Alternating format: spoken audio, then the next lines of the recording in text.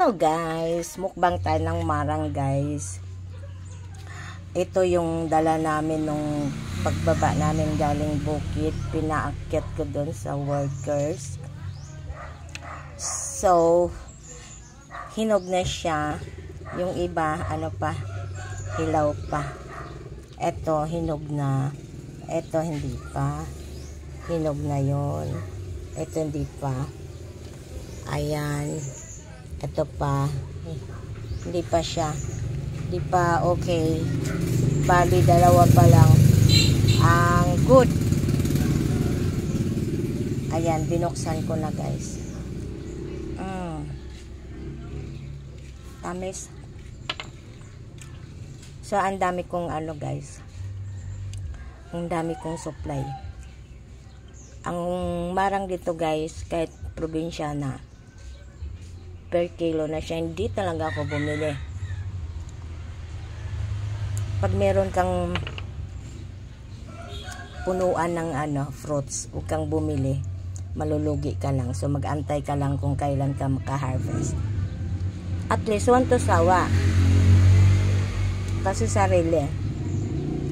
Kasi pag binili mo yan, minsan ang iba maliliit. Tapos per kilo.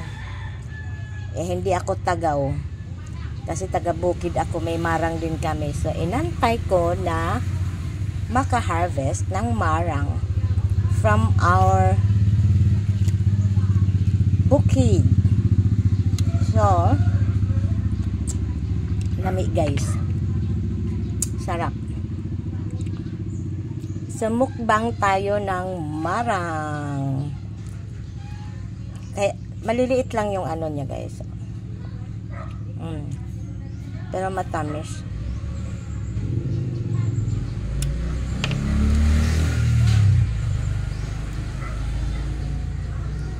Kaya kong ubusin to. Pero guys, pag sumubra ka nito, not good. Pangpa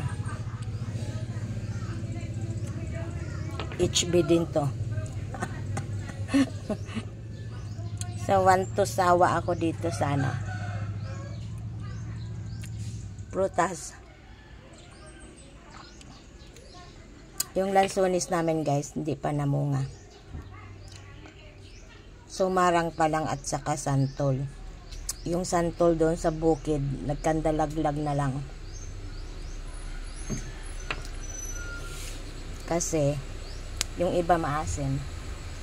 Yung iba naman matamis. Kain tayo marang. Yummy. So, ito yung ano niya guys. Buto. So, ibilad yan. Tapos, isangag. Pag natanggal na yung balat niyan, mas masarap pa siya sa mani guys. Lalo na pag bagong luto. It's so yummy! Marang kayo riyan!